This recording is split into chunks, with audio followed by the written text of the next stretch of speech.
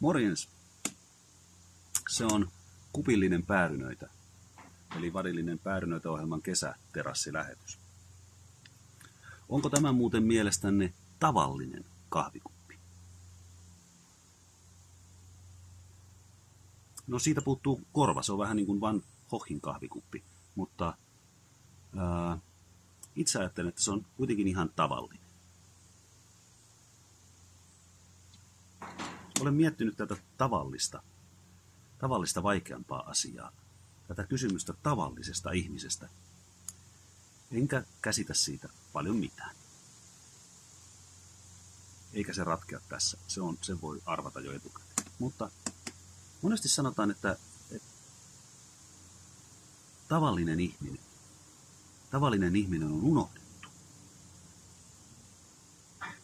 Että päätöksenteossa esimerkiksi ei huomioida tavallista ihmistä. Että kaikki onkin valjastettu erilaisuuden palvelukseen. Että tässä on se ongelma. Tämän takia maailma on mennyt niin mönkään, että tavallinen ihminen on unohdettu.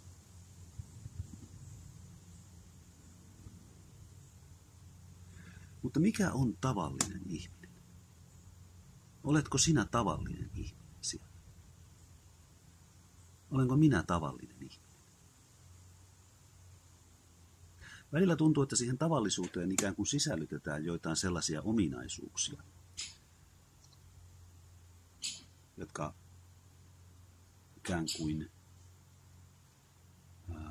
tavallaan tukevat sitä syrjityksi tulemisen ajatusta, että tavallinen ihminen, että esimerkiksi vähävarainen ihminen on tavallinen ihminen. Tai että tavallinen ihminen haluaa vain leipää ja työtä. Ja määritellään ikään kuin, että mitä tavallinen ihminen haluaa ja mitä tavallinen ihminen ei halua. Ja tavallaan samalla määritellään, mikä on oikein ja mikä on väärin. Ja mikä on tärkeää ja mikä ei ole tärkeää.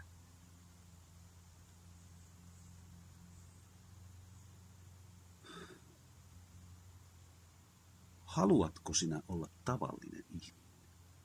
Haluanko minä olla tavallinen ihminen? Tällaisia seikkoja tässä ihmettelen ja mietin. Vai onko siis sellainen ihminen, joka ei ole tavallinen ihminen, jotenkin erilainen ihminen sen takia, että hän on ikään kuin heittäytynyt erilaiseksi. Että hän luulee olevansa jotakin esimerkiksi. Vähän niin kuin siinä Axel Sandemosen Pakolainen ylittää jälkensä romaanissa, jossa on se Janten laki, joka muissa Pohjoismaissa kuin Suomessa on hyvin tuttu vaikka. No, mutta siinä kuitenkin sanotaan noin periaatteessa, että älä luule olevasi mitään. Sinä olet tavallinen, etkä mitenkään erilainen tai erikoinen varsinkaan. Onko kaikki tosiaan valjastettu erilaisuuden palvelukseen? Kaikki eduskunnat ja EUt. Onko näin? Jotenkin tuntuisi, että ei ehkä sittenkään, mutta minä ja tiedä.